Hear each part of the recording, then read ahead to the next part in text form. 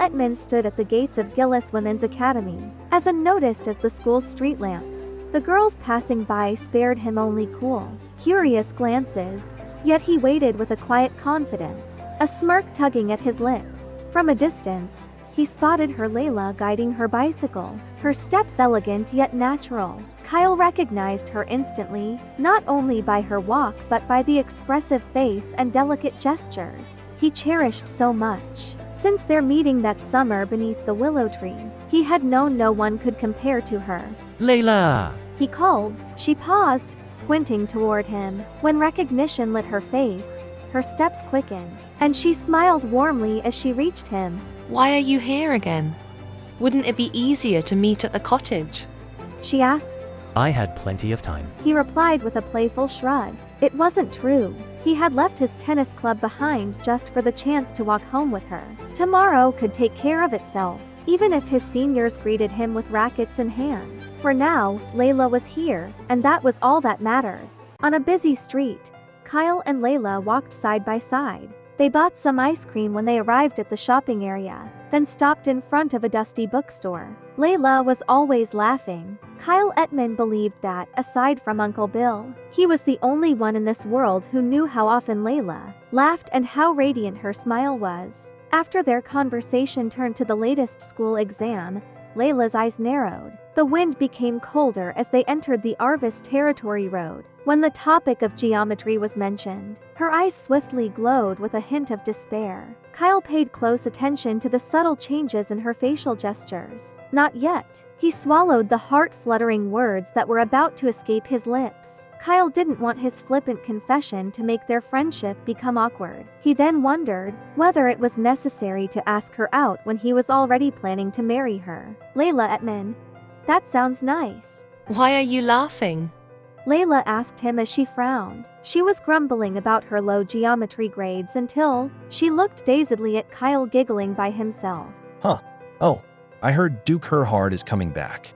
Kyle abruptly changed the conversation's topic to something else. It's been a long time. When is he returning? I don't know. Everyone has been talking about Duke Herhard coming back, but you don't seem to care. Layla tightened her grip on the handlebars of her bicycle. She and Duke Herhart had never had any contact in the last few years. They just exchanged greetings when they ran into each other in the woods or when Claudine called her to the mansion. Just passing by the Duke made her feel nervous, so Layla tried to stay away from him at all costs. To put it bluntly, she didn't want to see him. Since the day Duke Herhart stopped her spinning gold coin with his foot that summer evening, she had never wanted to see him again. Claudine invited her then abandoned her, but it was the Duke who made her know how worthless Layla Llewellyn was in that strange, colorful world. That encounter left a scar that was different from the mistreatment she had received at Lovita. It was a recollection she desperately tried to erase, but whenever she came face to face with the Duke, he always caused her to remember that awful day. Layla despised him. The Duke's appearance always reminded her how meaningless she was in that beautiful estate.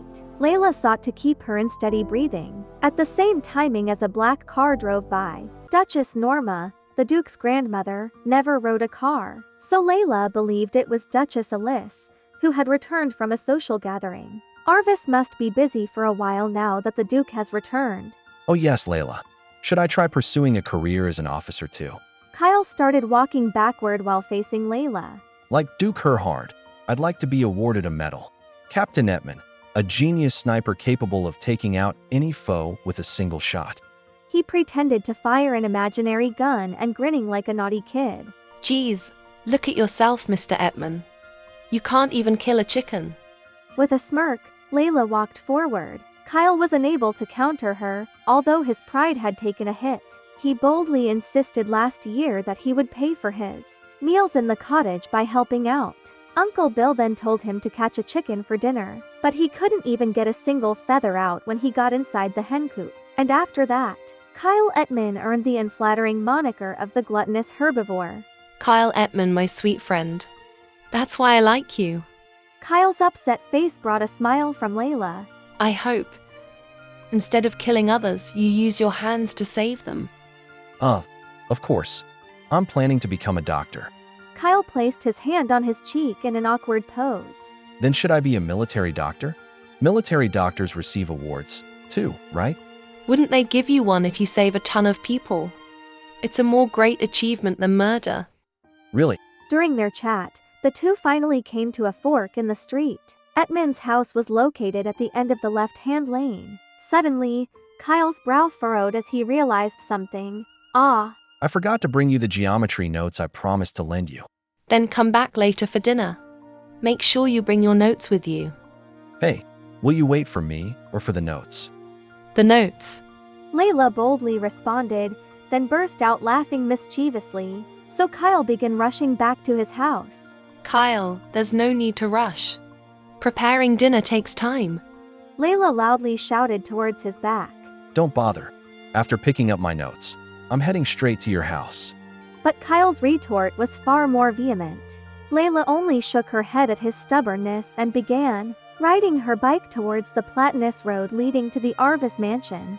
The butler and the driver were both startled by their master's sudden return when the black car came to a complete stop in front of the mansion driveway. Duke Herhart's arrival was unexpected. The Arvis servants and tenants were busy, desperately rushing around to brace for his early arrival. As a result, the Duke's scheduled social meetings with the nobility were all pushed up. Butler Hessen, with his dried mouth, gulped out of nervousness. Stop the car. Master, we still haven't. I want to take a walk. Matthias cut off the butler's words with his calm tone. The driver hesitantly got off his seat and opened the back seat door. Don't. He briefly shook his head towards Hessen, who was about to follow him out. I'll see you at the mansion. Matthias smiled as he turned his back. At his order, Hessen returned to the car while the driver quickly got back to his seat. After they drove away, the road became silent again. Matthias took a leisurely stroll under the tree shade, holding his officer's hat in one hand. The sound of his boots coupled with the swaying leaves in the breeze created a unique, yet thrilling melody. Matthias von Herhart was the image of perfection as a child, a student, and an officer. And now, he was about to marry a perfect woman and become a perfect father. All of these facets of his life were so perfect that he began to feel a little bored. Matthias slowed the tempo of his steps. The bright stream of ray poured through the gaps in the tree. Leaves illuminated the edge of his slightly slanted eyes. His golden belt buckle and the gleaming insignia decorated his blue-gray uniform were then softly bathed in the light. You will get engaged this summer. Matthias had happily listened to his mother's wishes, merely because it was his rightful duty to marry and give birth to a successor at the proper time. I believe Claudine is the most suitable candidate for the role of Duchess of Arvis. He had even graciously welcomed his grandmother's consent, precisely because Claudine von Brandt was a well-qualified bride with a reputable pedigree. But nothing had ever sparked Matthias' desire, since everything had already been put in his grasp before he even knew it. The desire was a far-off feeling that he discarded as fictitious. So was his marriage. Matthias wished for a perfect union. Marriage was nothing more than a stepping stone for him to strengthen his world. So, there was no reason to waste all needless feelings in a bond called marriage. He believed Claudine von Brandt was his most fair companion. She was adequate for him, so he didn't care for anything else. And he didn't feel obligated to do so. The shattered sunshine pierced his vision as he lifted his head. Matthias paused in the middle of the road. The moment he felt the mysterious appearance of a girl. His attention was attracted to a girl on a bicycle who was heading in his direction. Her fine golden cotton hair fluttered across the breeze like a gentle wave. He slowly backed away when the woman passed by his left. Layla Llewellyn? That girl flicked her head towards him as soon as Matthias remembered her name. When she met his gaze, her green eyes widened. That girl lost her balance and fell from her bicycle. Her cries could be heard when the bike clashed with the pavement. The bicycle's wheels continued to spin wildly long after she collapsed. Matthias marched quickly up to her, who had fallen on the ground. Under his looming shadow, that girl lifted her head. Without a doubt, she was Layla Llewellyn, the bird-lover maniac little girl. Oh, I'm sorry, my lord. Layla hurriedly bent her head in apologies and waited for him to pass on by her. Matthias was about to leave when he got distracted by Layla's outfit. Blood was seeping from her ripped stockings, and her school uniform was caked with dust. Silence fell over the two when the spinning bicycle wheel stilled. Layla raised her finely frowned eyebrows and sent Matthias a sidelong look. Her face rendered an oddly soft image, even though she was showing an insolent expression. Seems this girl grew as well. Although it was natural for the child to grow as time went by, her change in appearance had somehow made him feel like scratching his nerves. Layla Llewellyn was nothing more than a little child to Matthias, the girl who tried everything she could to stay away from him at all costs, the girl he regarded as meaningless. But now, he couldn't correlate that meaningless girl. He remembered with the Layla Llewellyn, who was standing in front of him right now. Her rosy cheeks, soft hair, and sweet body scent was borne by the wind. Her slender lines of her body that were visible under the tight summer school uniform were no longer those of a skinny child. Matthias sensed a curious discomfort as Layla struggled to get up. Although Layla was now an adult, she was still too short of reaching the tip of his chin. Layla Llewellyn. Matthias called her name on the spur of the moment. The tone of his accent made Layla's shoulders flinch. I'm sorry, my lord.